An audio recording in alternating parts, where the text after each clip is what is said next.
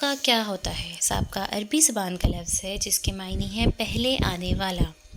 وہ حروف یا الفاظ جو کسی بھی بامعنی لفظ سے پہلے آ کر اس کے معنی میں اضافہ کر دیں یا بامعنی الفاظ کے ساتھ مل کر ایک نیا لفظ بنائیں، سابقے کہلاتے ہیں۔ سابقے سابقہ کی جمع ہے۔ ایسا لفظ جو کسی بھی لفظ سے پہلے آ کر اس کو ایک نئے لفظ میں تبدیل کر دے یا اس کے معنی میں اضافہ کر دے، سابقہ کہلاتا ہے۔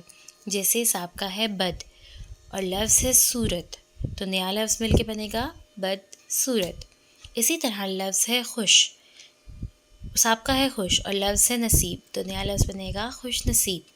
آئیے سابقے پڑھتے ہیں۔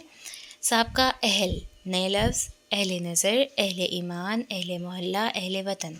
سابقہ ہے با، نئے لفظ باخبر، با ادب، با اخلاق، با اصول، با معنی، با ضابطہ۔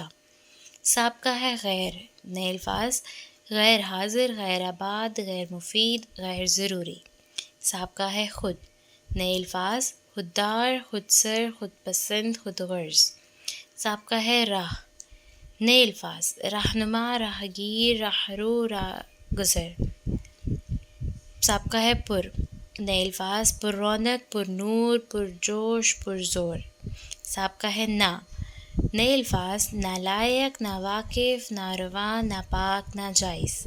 سابقہ ہے نیک، نئے الفاظ نیک دل، نیک سیرت، نیک بخت، نیک خلق۔